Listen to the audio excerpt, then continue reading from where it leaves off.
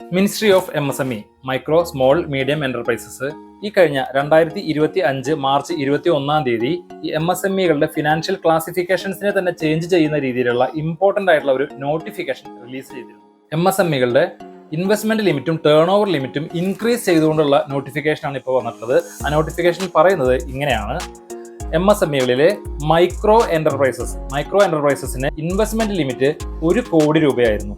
ആ 1 കോടി രൂപ 2.5 കോടി രൂപയായിട്ട് ഇൻക്രീസ് ചെയ്തിട്ടുണ്ട്. അതുപോലെ അവരുടെ ടേൺ ഓവർ ലിമിറ്റ് 5 കോടി രൂപയായിരുന്നു, അത് 10 കോടി രൂപയായിട്ട് ഇൻക്രീസ് ചെയ്തിട്ടുണ്ട്. സ്മോൾ എന്റർപ്രൈസസുകളുടെ ഇൻവെസ്റ്റ്മെന്റ് ലിമിറ്റ് 10 കോടി രൂപയായിരുന്നു, അത് 25 കോടി രൂപയായിട്ട് ഇൻക്രീസ് ചെയ്തിട്ടുണ്ട്. അവരുടെ ടേൺ ഓവർ ലിമിറ്റ് 50 കോടി രൂപയായിരുന്നത് 100 കോടി രൂപയായിട്ട് ഇൻക്രീസ് ചെയ്തിട്ടുണ്ട്. മീഡിയം എന്റർപ്രൈസസുകളുടെ ഇൻവെസ്റ്റ്മെന്റ് ലിമിറ്റ് 50 കോടി രൂപയായിരുന്നു, അത് 125 കോടി രൂപയായിട്ട് ഇൻക്രീസ് ചെയ്തിട്ടുണ്ട്. അവരുടെ ടേൺ ഓവർ ലിമിറ്റ് 250 കോടി രൂപയായിരുന്നു, അത് 500 കോടി രൂപയായിട്ട് ഇൻക്രീസ് ചെയ്തിട്ടുണ്ട്. ഇങ്ങനെ MSMEകളുടെ ഇൻവെസ്റ്റ്മെന്റ് ലിമിറ്റും ടേൺ ഓവർ ലിമിറ്റും ഇൻക്രീസ് ചെയ്യുന്നത് കൊണ്ട് തീർച്ചയായിട്ടും ഇവർക്ക് അഡ്വാൻറ്റേജസ് മാത്രമേ ഉണ്ടാവുള്ളൂ. 2025 ഏപ്രിൽ 1 മുതലായിരിക്കും ഈ നോട്ടിഫിക്കേഷൻ പ്രകാരമുള്ള എല്ലാ ചേഞ്ചുകളും പ്രാബല്യത്തിൽ വരുന്നത്.